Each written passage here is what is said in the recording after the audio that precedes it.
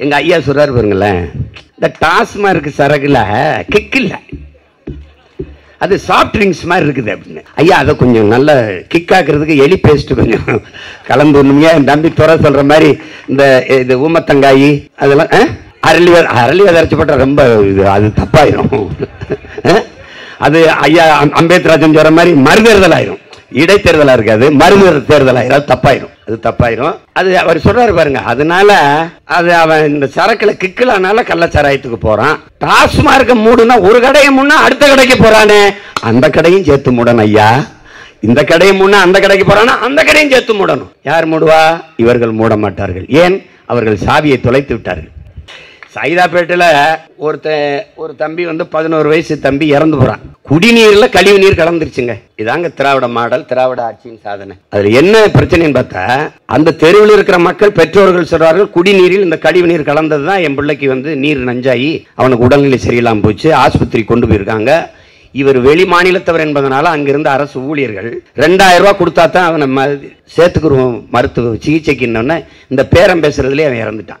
இந்த கொடுமை நடந்திருக்கு. அதுல என்ன சொல்றாங்கன்னா, நாங்கள் கொடுத்த தண்ணியில் எந்த பிரச்சனையும் இல்லை, இவர்கள் தனியாற்ற வாங்கி குடுவையில் குடித்த தண்ணியில் தான் பிரச்சனைங்கிறாங்க. இப்ப தண்ணீரே விஷமாகி விட்டது என்பதை நீங்க புரிஞ்சுக்கணும். அது சாராயம், கள்ளச்சாராயம், குடிக்கிற நீர் எல்லாம் விஷமாயிடுச்சு. இதை மாற்றணும். இதை தனி உடைமை கொடுமைகள் தீர புரட்சி செய்யடா, தானா எல்லாம் மாறும் என்பது பழைய பொய்யடா தம்பி, பழைய பொய்யடான்னு. அப்ப என்ன மாத்தணும்டா, நாம் தாண்டா மாத்தணும். திராவிடம் ஒழிக என்பதல்ல நம் தத்துவ நிலைப்பாடு, தமிழ் தேசியம் வளர்க வெல்க என்பதுதான் நம் கோட்பாடு. அடுத்தவன் சாக வேண்டும் என்று நீ நினைக்காது, நீ வாழ வேண்டும் என்று போராடு. அவன் தோற்க வேண்டும் என்று போராடாதே, நீ வெல்ல வேண்டும் என்று போராடு. இதுதான் நேர்மறை சிந்தனை 2 மடங்கு ஆற்றலை பெருக்கி தரும்ங்கிறான். நீ ஏன்டா அவனை பத்தி சிந்திக்கிற, உன்னை பத்தி சிந்திர, உன்னை பத்தி சிந்தி. அந்த கேஜிஎஃப்னு ஒரு படம் வந்தது இல்ல, என்னடா நான் பேசுனதெல்லாம் வசனமா வந்திருக்கேன், கடைசி என் தம்பி தான் எழுதியிருக்கான். என் கூட இருந்த அண்ணன், நீ பேசுனதானே எழுதிவிட்டேன், நீ ஆட அழுதுனா? ஆமா. அதுல என்ன வசனம் வருது?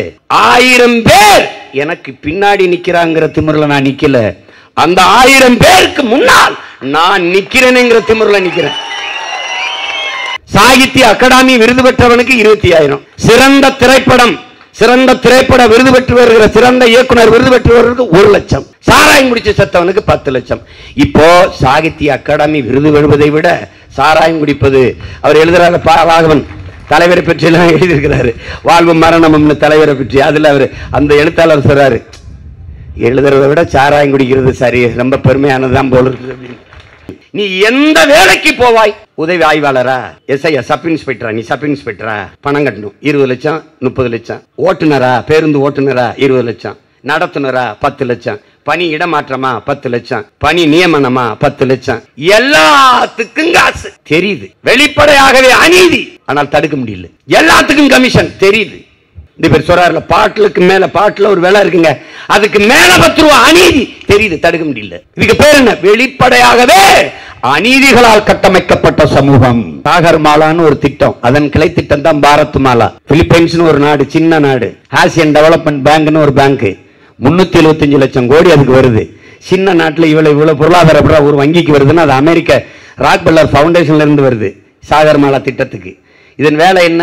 பீம்ஸ்டெக், இந்த Bangladesh, Myanmar, India, Sri Lanka, Thailand, இதனுடைய எக்கனாமிக் டெவலப்மெண்ட் கார்பரேஷன் தான் அந்த பீம்ஸ்டெக். இதுல என்னென்ன இந்த நாடுகளுடைய இவனுக்கு என்ன தெரியுமா? இவனுக்கு சாலை போக்குவரத்து, விண்ணூர்தி போக்குவரத்து, தொடர்வண்டி போக்குவரத்து எல்லாத்தையும் கொண்டு கப்பல் போக்குவரத்துல இணைக்கணும். இந்த கப்பல் போக்குவரத்து யார்கிட்ட கொடுக்கணும்? தனியார் முதலாளிகிட்ட. முதலாளி யாரு? அதானி. விளிங்கத்துல துறைமுகம், ஏற்கனவே துறைமுகம் இருக்கா? கேரளால இருக்கு. இந்த விளிங்கத்துல இருக்கு அதானிக்கு. இங்க ஏற்கனவே துறைமுகம் இருக்கா? இருக்கு. யார்கிட்ட இருக்கு? நம்ம தாத்தா காமராஜ் பேர்ல, பாட்டனார் வாபுசி பேர்ல இருக்கு. அதுலயே வேலை இல்ல, 50 விழுக்காடு தான் நடக்குது. அப்போ அங்க சரக்கு தேங்கி இருக்குது, ஏற்றுமதி ஆக முடியல, சரக்கு இறங்க முடியல, அங்க இடம் இல்ல. அப்படி ஏதாவது இருக்கா? இல்ல. அப்ப எதற்கு 6111 ஏக்கர்ல காட்டுப்பள்ளியில துறைமுகம், அதானி துறைமுகம்? ஏன்னா முதலாளி வாழணும். அப்ப இந்த போக்குவரத்தை கொண்டு போய் கப்பல் போக்குவரத்துல இணைக்கணும். இதுக்கு பேர் சாகர் மாலா, கிளை திட்டம் பாரத் மாலா. விளங்குதா?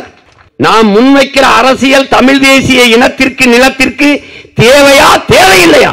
சீமானும் அவன் பிள்ளைகளும் வெல்வார்கள், வெல்ல மாட்டார்கள், அது வேறு. இந்த அரசியல் தேவையா தேவையில்லையா? அதுதான்.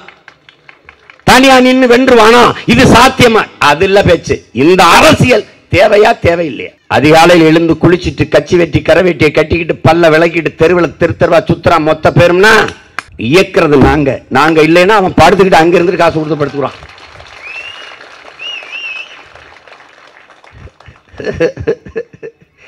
பத்து நாளா சட்டசபையில சாராயத்தை தவிர எதையும் பேசல. அது சட்டசபை கிடையாது, சாராய சபை.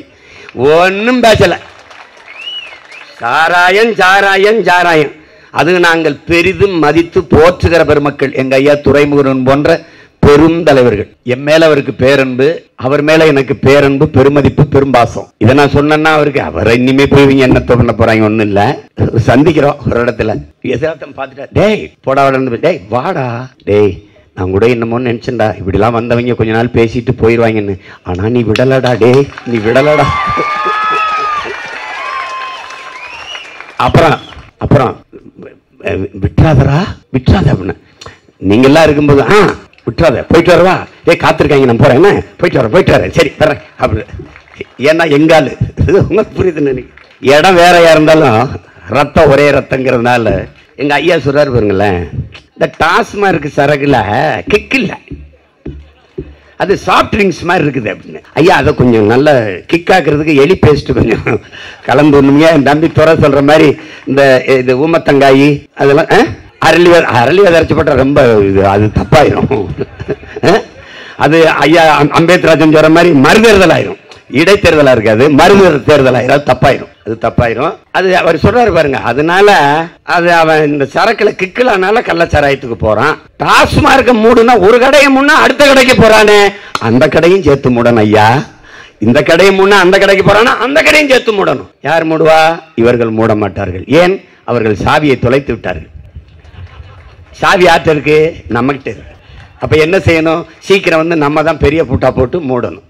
அதுல இங்க மதுவிலக்கு, சாராய ஒழிப்பு, கள்ளச்சாராய ஒழிப்பு பேசிக்கிட்டு இருக்கும்போது உடுமலைப்பேட்டையில 6 பேர் விஷச்சாராயம் குடிச்சு ஆஸ்பத்திரியில கிடக்குறான்.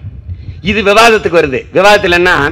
சரக்குல பிரச்சனை இல்லைங்க, மிக்ஸ் பண்ண வாட்டர்ல தான் பிரச்சனை. எனக்கு இதுக்காக தான் நான் செய்தியெல்லாம் பார்க்கறது இல்லை, தலையை பிச்சுக்கிட்டு ஓட வேண்டியது வரும்ட்டு.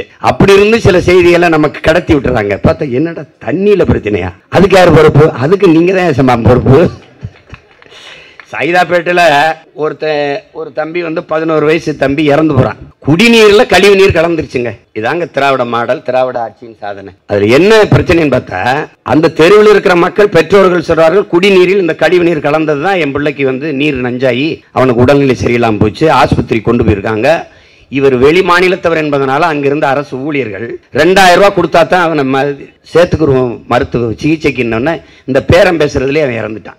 இந்த கொடுமை நடந்திருக்கு. அதுல என்ன சொல்றாங்கன்னா, நாங்கள் கொடுத்த தண்ணியில் எந்த பிரச்சனையும் இல்லை, இவர்கள் தனியாற்ற வாங்கி குடுவையில் குடித்த தண்ணியில் தான் பிரச்சனைங்கிறாங்க. இப்ப தண்ணீரே விஷமாகி விட்டது என்பதை நீங்க புரிஞ்சுக்கணும். அது சாராயம், கள்ளச்சாராயம், குடிக்கிற நீர் எல்லாம் விஷமாயிடுச்சு. இதை மாற்றணும், இதை மாற்றணும். இப்ப எதுக்கு இது சொல்றேன்னா, நம்ம எல்லாருமே மாற்றம் என்ற சொல்லை பேசுறோம். நான் பார்த்த வரைக்கும் எல்லா பெரியவர்கள் சொன்ன ஒரு மாற்றம் வரணும்பா, ஒரு மாற்றம் வரணும்பாங்கிறாங்க. அந்த மாற்றத்தை யார் கொண்டு வருவது? ஒரு கேள்வி. நீ ஏன் கூட்டணி வைக்க மாட்டேங்கிறாங்க? நாம என்ன கேட்கிறோம்? மாற்றம் எதில் இருந்து மாற்றம்? எந்த கட்சி ஆட்சியில் இருந்து மாற்றம்? எந்த கட்சியின் அரசியல் கோட்பாடுகளில் இருந்து மாற்றம்? இந்த கட்சியின் ஆட்சி முறையில் இருந்துதான் மாற்றம் தேவைப்படுகிறது. எனக்கு முன்பு, நமக்கு முன்பு பேசி வந்த எல்லோரும், என் முன்னவர்கள் எல்லோரும் இதையேதான் பேசினார்கள். இதை விடவும் சிறப்பாக பேசினார்கள்.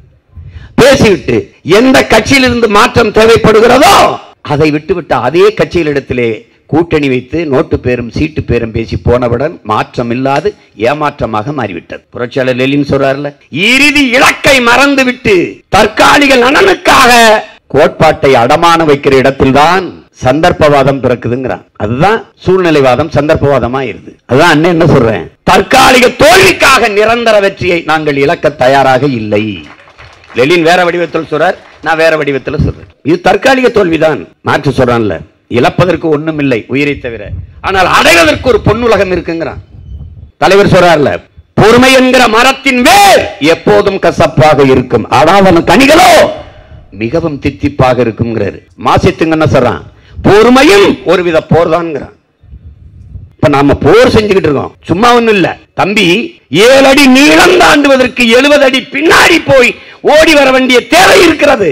நின்ற இடத்தில் நின்று தாண்டினால் 7 அடியை கடக்க முடியாது. 70 அடி பின்னோக்கி போவது என்பது பின்னடைவது அல்ல, முன்னோக்கி பாய்வதற்கான ஆயத்தம் என்பதை, தயாரிப்பு என்பதை அறிவார்ந்த தம்பி தங்கைகள் புரிந்து கொள்ளணும். அதான் முதன்மையானது. அதான் திரும்ப திரும்ப சொல்றோம். நம்ம மாற்றம் என்பது எதிலிருந்து மாற்றம், எப்படிப்பட்ட மாற்றம்? மாற்றம் என்பது ஒரு சொல் அல்ல, அது செயல். மாற்றம் மாற்றம் சொல்லிக் கொண்டிருந்தால் மாறிடுமா? மாறாது, மாறாது. நாம தான் மாற்றணும். தனி உடைமை கொடுமைகள் தீர புரட்சி செய்யடா, தானா எல்லாம் மாறும் என்பது பழைய பொய்யடா தம்பி, பழைய பொய்யடா. அப்ப என்ன மாத்தணும்டா, நாம் தான்டா மாத்தணும். அதுக்கு என்ன பண்ணணும்? நீ அவரை மாத்துற, நீ மாறு, நீ மாறுடா. சமூகத்தை எப்படி பார்க்க நினைக்கிறாயோ அப்படிப்பட்ட மாற்றத்தை நீ உன்னிலிருந்து தொடங்கு. நான் என்னிலிருந்து, நீ உன்னிலிருந்து, அவர் அவரிலிருந்து, அவர் அவரிலிருந்து, நம்மிலிருந்து. மாற்றம், மகத்தான மாற்றம். எல்லாம் மாறிடும், எல்லாம் மாறிடும். நீ சரியா இரு, அவர் சரியா இருக்கார் சரியா இல்ல, அதை பத்தி நீ கவலைப்படாத. ஊழல் லஞ்சம் பிடிக்கலையா, நீ ஊழல் லஞ்சத்துக்கு எதிராரு. அவ்வளவுதானே, அவ்வளவுதானே. சாதிய இழிவு தீண்டாமை கேவலமா இருக்கா, அதற்கு எதிராரு. அவ்வளவுதான் தம்பி. சீருடை அணிந்து வரணுங்கிறது பள்ளிக்கூடத்தில் இருக்கிற விதி. 1000 பேர் படிக்கிற அந்த பள்ளிக்கூடத்திலே இறை வணக்க தப்பா இங்க நிக்கும் போது எல்லா மாணவர்களும் வரிசையில் நிப்பாங்க, பாடுவாங்க. அப்ப என்ன பண்ணும்? ஒரு மாணவன் என்ன நினைக்கிறான்? 1000 பேர் நிக்கும் போது வரிசையில இவனுக்கு பின்னாடியாத நம்ம நின்று நம்ம சீருடை அணியாது யாருக்கு தெரிய போகுதுன்னு நினைக்கிறான் ஒரு மாணவன். அது சீருடை அணியல. ஆனால் அன்னைக்கு பிரேயர் ஹால்ல பார்த்தால் எல்லாருமே அன்யூனிஃபார்ம்ல இருக்கான், சீருடை எல்லாம் இருக்கான். ஏன்? ஒரு மாணவன் நினைத்தான் எல்லோரும் சீருடை அணிந்து வரும்போது நான் மட்டும் சீருடை அணியவில்லை என்றால் யாருக்கு தெரிய போகுது என்று நினைத்தான். அப்படி ஒவ்வொரு மாணவன் நினைத்தான், யாருமே சீருடை அணியல. ஆனால் என்ன நினைச்சிருக்கணும்? எவன் சீருடை அணிந்து வந்தாலும் வரவில்லை என்றாலும் நான் சீருடையோடு வருவேன் என்று ஒவ்வொரு மாணவன் நினைத்திருந்தால் மாறுதல். அப்ப என்ன? நான் சரியா இருக்கணும், அப்பதான் நாம் சரியா இருக்க முடியும். அது ரொம்ப முக்கியம். நீ அடுத்தவனை குறை சொல்லாத, அவன் சரியா இல்ல, அவன் சரியா இருக்கான். நீ ஒரு கோட்பாட்டை புரிஞ்சுக்க. பெரியார் ஒழிக என்பதல்ல நம் கோட்பாடு, பிரபாகரன் வாழ்க என்பதுதான் நம் தத்துவம். திராவிடம் ஒழிக என்பதல்ல நம் தத்துவ நிலைப்பாடு, தமிழ் தேசியம் வளர்க வெல்க என்பதுதான் நம் கோட்பாடு. அடுத்தவன் சாக வேண்டும் என்று நீ நினைக்காது, நீ வாழ வேண்டும் என்று போராடு. அவன் தோற்க வேண்டும் என்று போராடாதே, நீ வெல்ல வேண்டும் என்று போராடு. இதுதான் நேர்மறை சிந்தனை. 2 மடங்கு ஆற்றலை பெருக்கி தரும். நீ ஏன்டா அவனை பத்தி சிந்திக்கிற? உன்னை பத்தி சிந்திர, உன்னை பத்தி சிந்தி. ஒரு பெரிய நீ என்ன, அவன் நல்லா உடற்பயிற்சி செய்யறானோ, அவன் நல்லா சாப்பிட்றானோ, அதே நீ நல்லா சாப்பிடு, நல்லா உடற்பயிற்சி செய்.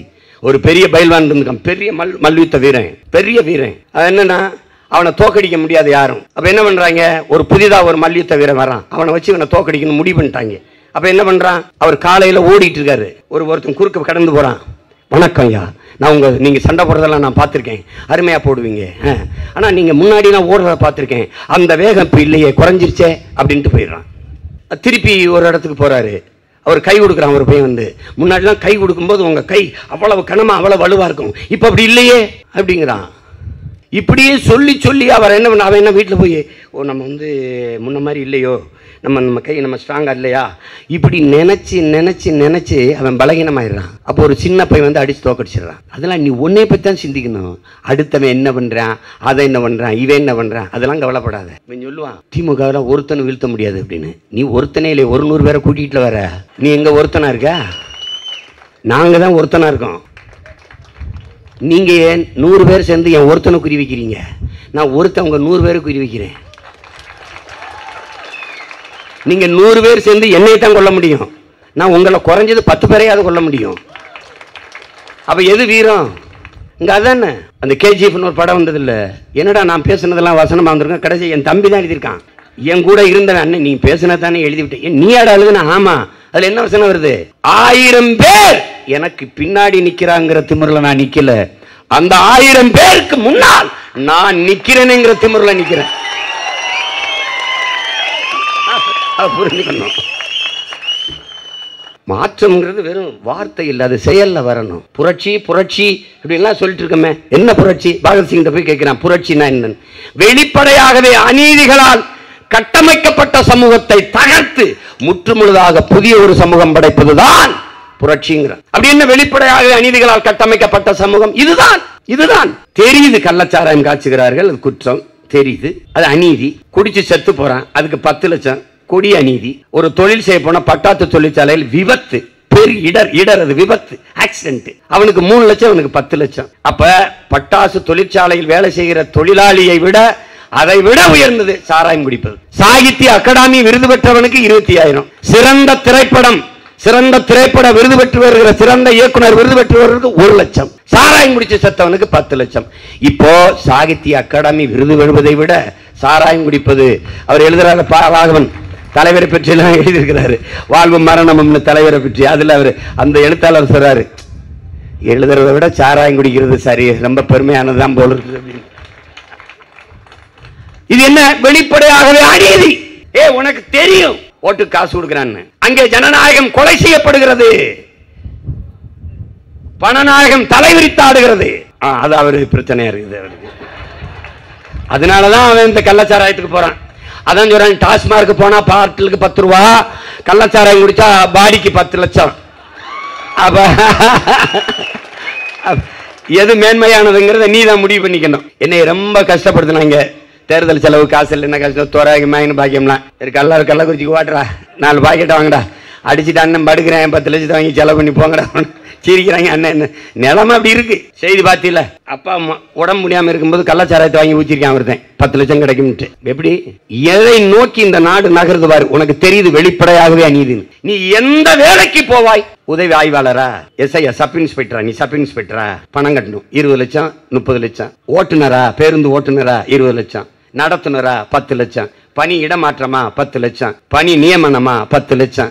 எல்லாத்துக்கும் காசு தெரியுது, வெளிப்படையாகவே அநீதி. ஆனால் தடுக்க முடியல. எல்லாத்துக்கும் கமிஷன் தெரியுது.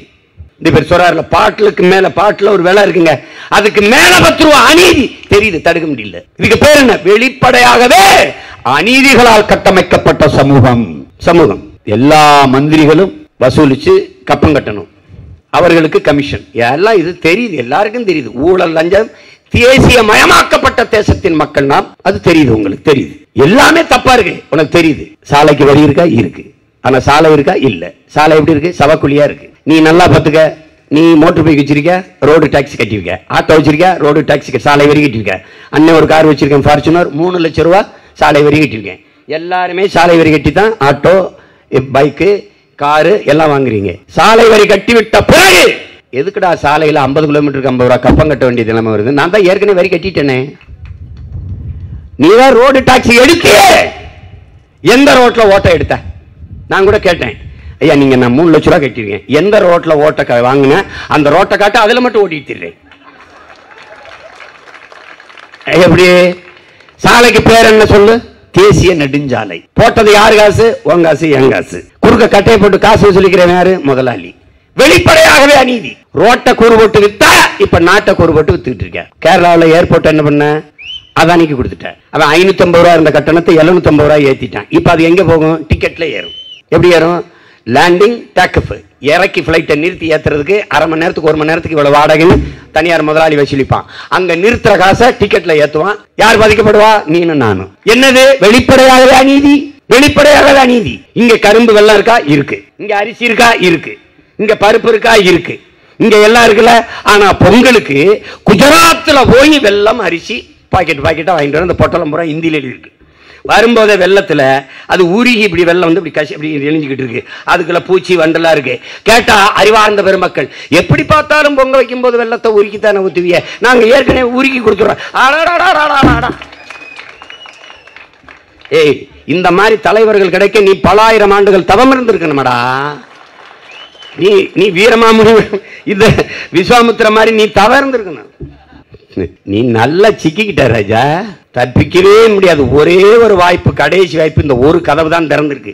இதுக்குள்ளதான் நீ தப்பிச்சு வரணும். இதுக்கு ஒரு ஓட்டை போட்டு விட்டு மீதியை நான் பாத்துக்கிறேன், நீ அதுக்கு போட்டு விட்டு பாத்துக்கிறேன். எல்லாமே உனக்கு கண்ணுக்கு முன்னாடி தெரியும்பா. வெளிப்படையாகவே அநீதி. அதான் சொல்றான் ஜான் பெர்கின், உன் கண் முன்னே உன் நிலத்தின் வளங்கள் களவு போவதை பார்த்து கொண்டிருக்க நீ சபிக்கப்பட்டு விட்டாய். உனக்கு தெரியும் மலையை வெட்டி கொண்டு வரானே, நீ என்னத்தை கிழிச்சிட்ட?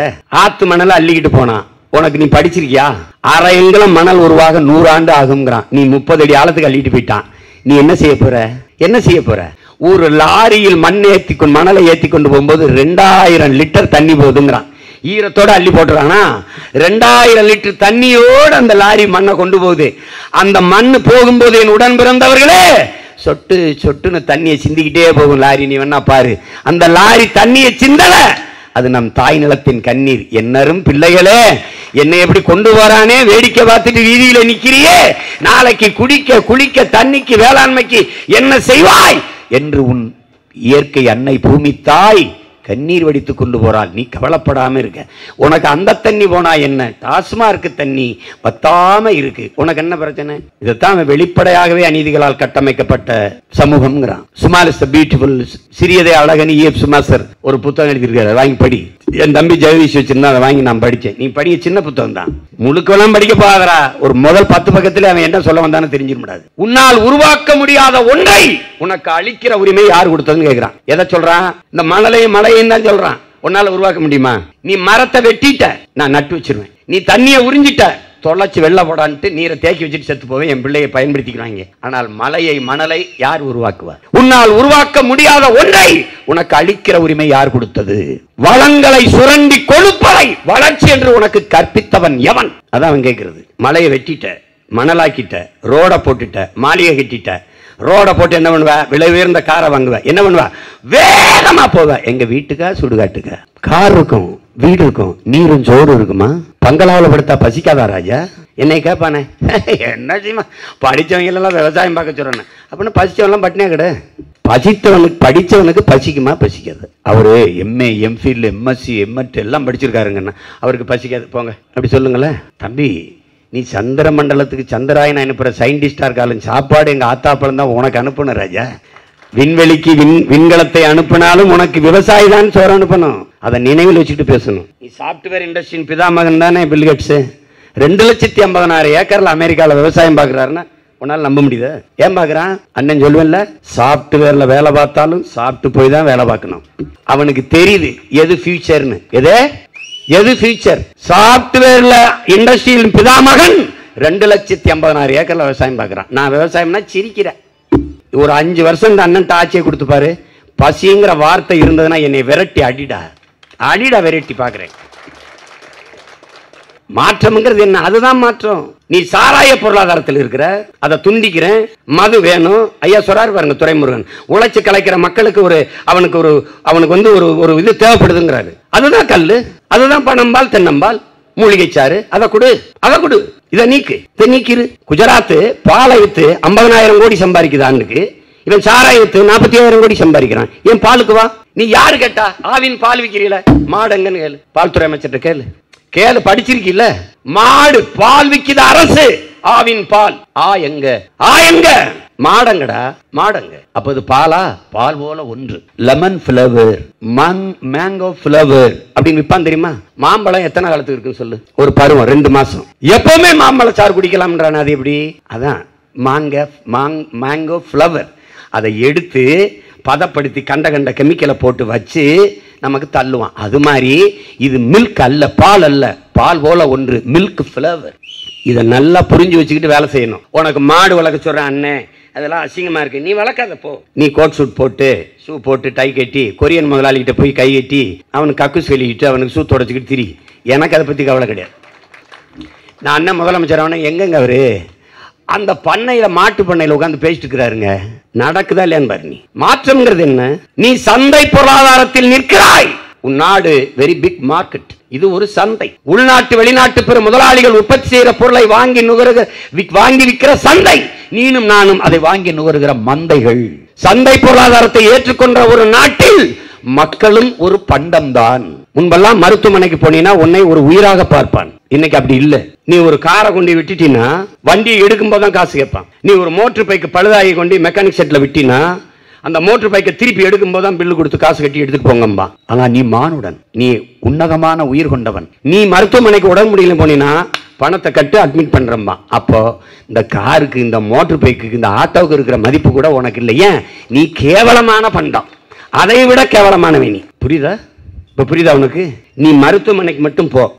யங்ஸ்டரா இருக்கணும், ஹார்ட் ஃபங்க்ஷன் நல்லா இருக்கு, வித்த இது ஏற்கனவே பதிவு பண்ணியிருக்கான் பெரும் முதலாளி, 2 கோடி. கிட்னி நல்லா ஃபங்க்ஷன் ஆகுது, சிறுநீரகம் 2ல் இப்போ ஒரு 2ஐயும் தூக்கலாம், இல்லை 2ல் 1 போட்டால் கூட 1 கோடி. கண் பார்வை நல்லா இருக்கு, இது 2 பேர் கண்ணுக்கு பதிவு பண்ணி வச்சிருக்கான், ஓகே. இப்ப இவனை என்ன பண்றது? பிரெயின் டெட், மூளை செத்துருச்சும்பா. இதுக்கு முன்னாடி ஒரு 25 வருஷத்துக்கு முன்னாடி நீ பிரெயின் டெட்டுங்கிற ஒன்ன கேள்விப்பட்டிருக்கியா? அந்த செய்தியை கேள்விப்பட்டிருக்கிய? ஏன்னா நீனும் ஒரு பண்டம். உன்னை பார்க்கும்போது ஒரு உயிரா பார்க்கறது இல்ல. 2 கண்ணு 2 கோடி, 2 சிறுநீரகம் அது ஒன்னு 2 கோடி, ஹார்ட் அது ஒரு 4 crores. அப்ப நீ என்ன? நீ ஒரு பண்டம். காரணம் என்ன?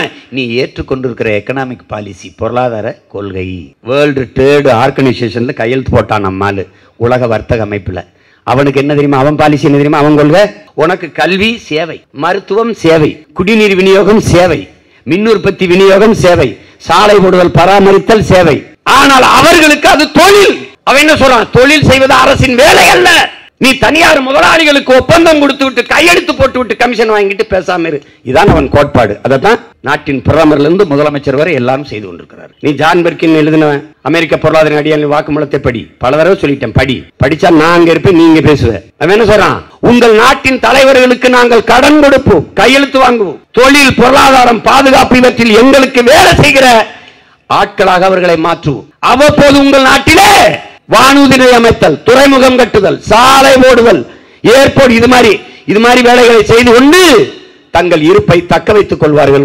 அதனாலதான் இந்த 8 வழிச்சாலை வருது, இந்த ஏர்போர்ட் வருது, அந்த போர்ட் அந்த காட்டுப்பள்ளியில வருது. இதெல்லாம் எதற்கு? இதுக்குத்தான் நமக்கு சேர செய்யறாங்களா? இது நல்லா கவனிச்சுக்கணும். இந்த சாலையெல்லாம் போடப்பட்டது 4 வழிச்சாலை 8 வழிச்சாலைன்னு உனக்கு நினைச்சுன்னா அது மாதிரி ஒரு பைத்தியக்காரத்தனம் உலகத்துல கிடையாது. உள்நாட்டு வெளிநாட்டு பெரும் முதலாளிகள் உற்பத்தி செய்கிற பொருளை விரைந்து எடுத்துக்கொண்டு செல்வதற்காக போடப்பட்டதின் உடன் பிறந்தவனே. சாகர் மாலான்னு ஒரு திட்டம், அதன் கிளை திட்டம் தான் பாரத் மாலா. பிலிப்பைன்ஸ் ஒரு நாடு, சின்ன நாடு. ஆசியன் டெவலப்மெண்ட் பேங்க்னு ஒரு பேங்க், 375 லட்சம் கோடி அதுக்கு வருது. சின்ன நாட்டில் இவ்வளவு பொருளாதார ஒரு வங்கிக்கு வருதுன்னா அது அமெரிக்க ராக்பெல்லர் ஃபவுண்டேஷன்ல இருந்து வருது சாகர் மாலா திட்டத்துக்கு. இதன் வேலை என்ன? பீம்ஸ்டெக், இந்த Bangladesh, Myanmar, India, Sri Lanka, Thailand, இதனுடைய எக்கனாமிக் டெவலப்மெண்ட் கார்பரேஷன் தான் அந்த பீம்ஸ்டெக்.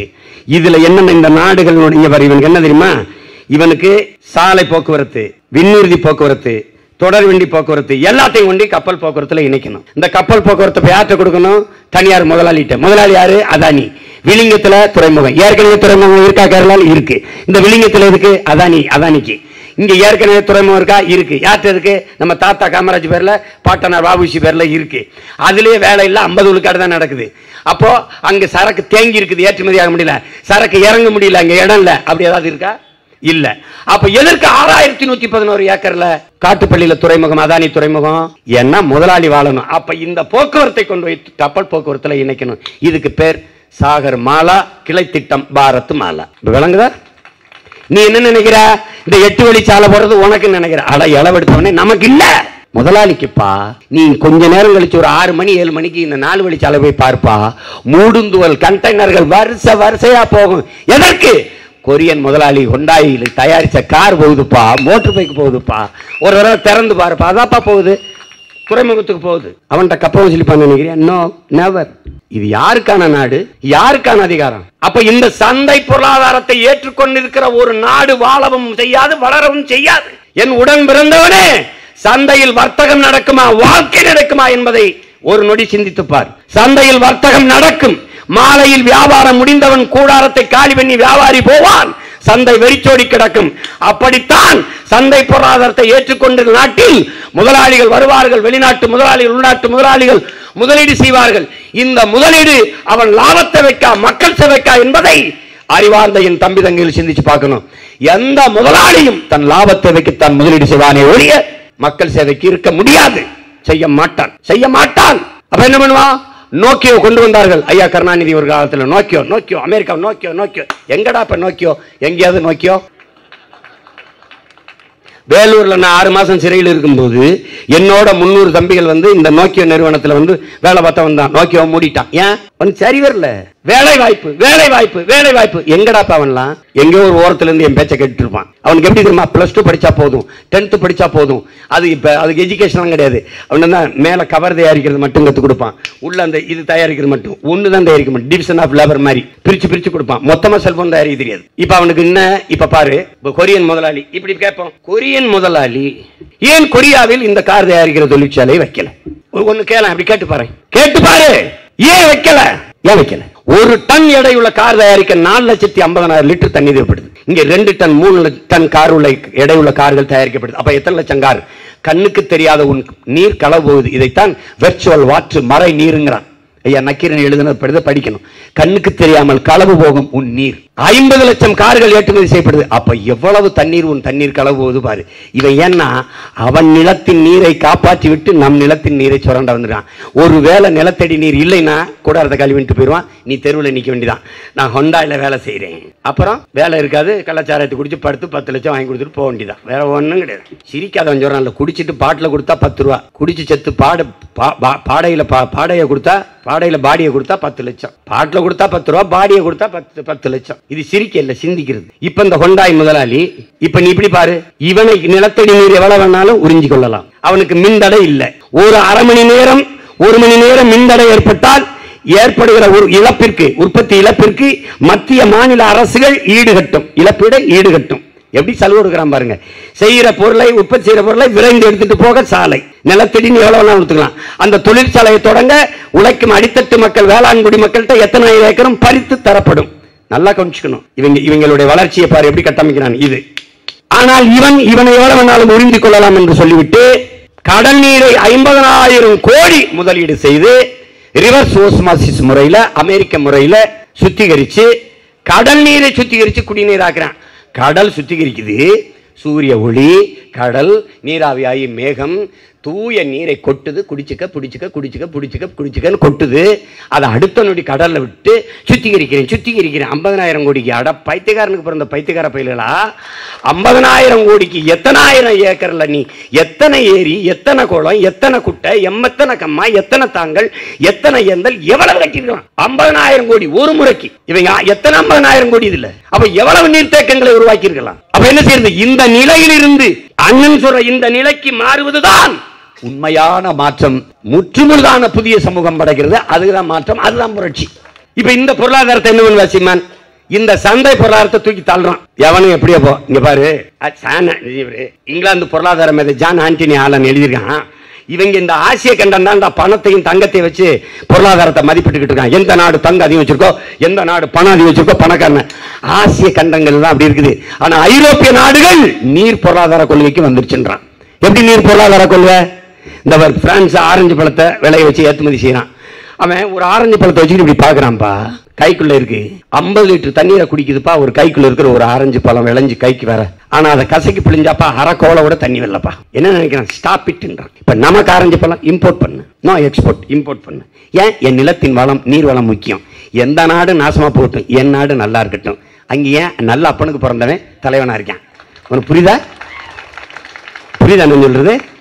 இங்க எவனுவா உலகத்தில் எல்லா நாடும் made in Japan, made in China, made in Russia, made in Singapore. ஆனா ஏன் நாடு மேக் இன் இந்தியா. இந்த பொருளாதார கொள்கைக்கு பேரு வாடகைத்தாய் பொருளாதார கொள்கை. கற்பப்பை என்னது, வயிறு என்னது, சுமப்பது நானு, புள்ள என்னது இல்ல, நான் பெத்தவனும் வாங்கிட்டு போயிடுறேன். புரியுதா? இதை விட எல்லாம் எளிமையா உனக்கு விளக்க முடியாது. இதெல்லாம் கேட்டு எனக்கு ஓட்டு போடுவாங்கன்னு நான் நினைச்சு பேசல ராஜா, உருப்படுவாயின்னு நினைச்சு பேசுறேன். புரியுதா? போடு. நீ என்ன என் தங்கச்சி தோக்கடிச்சா மயிரே போச்சு, சொத்தை வித்துட்டு கிளினிக் வச்சு கொடுத்து வேலையை பார்த்துட்டு கல் என்னைக்கா வருவான். அப்போ என் தங்கச்சிட்ட ஊசி போட்டு வருவீங்களா, ஓட்டு போட்டியான்னு அப்போ கேட்குவோம். ஓட்டு போட்டியா? இப்போ ஒரு அளவுக்கு தானே கத்த முடியும். எங்களை என்ன கோயிலுக்கு நேர்ந்து விட்ட காலை நினைச்சுக்கிட்டு இருக்கியா நீ? உங்களை பெத்த மாதிரி தான் எங்கள் ஆத்தால பணம் பெற்றேன். என்ன பண்றது? எல்லா டாக்டரும் சொல்றான் சத்தமா பேசாத ஈமான், சாப்பிட்டா பேசுன்னு. அப்ப நான் எங்க ஐயா தங்கச்சி மாதிரி, என்ன நேயர்களே இந்த இடைத்தேர்தல்ல இப்படி பேசினா என்ன பண்ணுவீங்க? எங்க ஊர்ல என்ன தெரியுமா சொல்லுவாங்க? ஏப்பா சீமா, என்னப்பா செத்தவங்க கையில வெத்தலா குடி, சத்தமா பேசப்பா, ஓங்கி பேசப்பா. எங்க ஊர்ல முன்னு என்னப்பா சத்தமா பேசப்பா அப்படின்பா. அது வேற கதை. இப்ப அவன் என்ன சொல்றான்? சீனால பன்னிக்கறி விரும்பி சாப்பிடுறான். 1 கிலோ பன்னிக்கறி மேசைக்கு வரப்ப 8,500 லிட்டர் தண்ணீரை குடிக்குதுப்பா 1 கிலோ. ஸ்டாப் இட்ன்ட்டான். பன்னிக்கறி இம்போர்ட் பண்ணு. ஏன்? அவன் நாடு அவன் வளமா பாத்துக்கணும்னு நினைக்கிறேன். அப்ப நம்ம என்ன செய்யணும்? அண்ணன் எப்படி நம்ம இதை மாத்தணும். அதுக்கு பேரு தான் மாற்றம். இந்த மாற்றத்துக்கு பேரு புரட்சி. புரட்சி என்பது தலைகீழ் மாற்றம். அவன் கத்திக்கிட்டு இருப்பான், இந்த பாலிசியை எதிர்க்கிறார்கள், போப்பா. அவன் கேட்பான் இந்தியாவுக்குள்ள, நான் இந்தியாவுக்குள்ள தான் இருக்கனான்னு கேட்கணும். இவள் நாள் இருந்தனா, அப்ப இருக்கனா, இவன் நாள் இருந்தன்னா செத்து விழுந்த மீனவன இந்திய மீனவன் ஒரு தடவை சொல்லலையே, தமிழ் மீனவன்.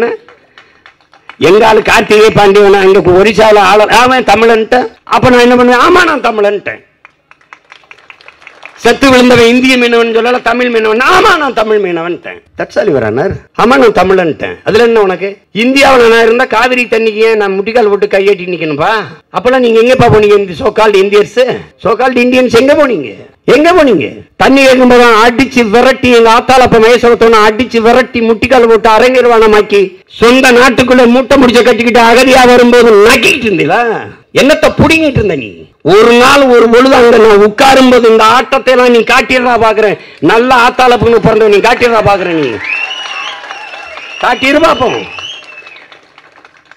அது அப்படி ஒரு ஆள் இருக்கணும்ல, இருக்கணும்ல. எங்க பெரியவற்றை கேட்கிறாங்க, உங்களுக்கு கோபம் வருமானு. என் இனத்துக்கு எதிராவது பேசி பாரு, செஞ்சு பாரு, அப்ப தெரியும் என் கோபம்ன்றது. அவன் பிள்ளை நாங்க எப்படி இருப்போம்னு பாரு. சும்மா போட்டு இந்த கொள்கையை தகர்க்கணும். தற்சார்பு பொருளாதார கொள்கைக்கு வரணும். நான் சொல்லல, அண்ணல் காந்தி கண்ட பொருளாதார கொள்கை, நம்முடைய தாத்தா காந்தியினுடைய நேரடி உதவியாளர் ஜே.சி. குமரப்பா கண்ட பொருளாதார கொள்கை, அன்னை இந்திரா காந்தி கண்ட பொருளாதார கொள்கை. தற்சார்பு பொருளாதார கொள்கை தான் ஒரு நாட்டின் எதிர்காலத்திற்கும் பாதுகாப்பிற்கும் நல்லது என்று சொன்னது அம்மையார் இந்திரா காந்தி. இந்த மொழி என் தாத்தன் காமராஜுக்கு தெரியல. இவர்கள் படித்தவர்கள், என் பாட்டன் படிக்கல, என் தாத்தன் படிக்கல. சென்னை மெரினா கடற்கரையில் மாநாட்டுல பேசுறாங்க. என்ன பேசுறான்? ஏப்பா ஊரான் நாட்டுல போய் சோத்துக்கு கையேந்திரதுக்கு அப்பா போராடி சுதந்திரம் பெற்றோம். கூழோ கஞ்சியோ என்ன இருக்க குடிச்சிட்டு நிம்மதியா படுப்போங்கிறான். இதான்டா தற்சார்பு.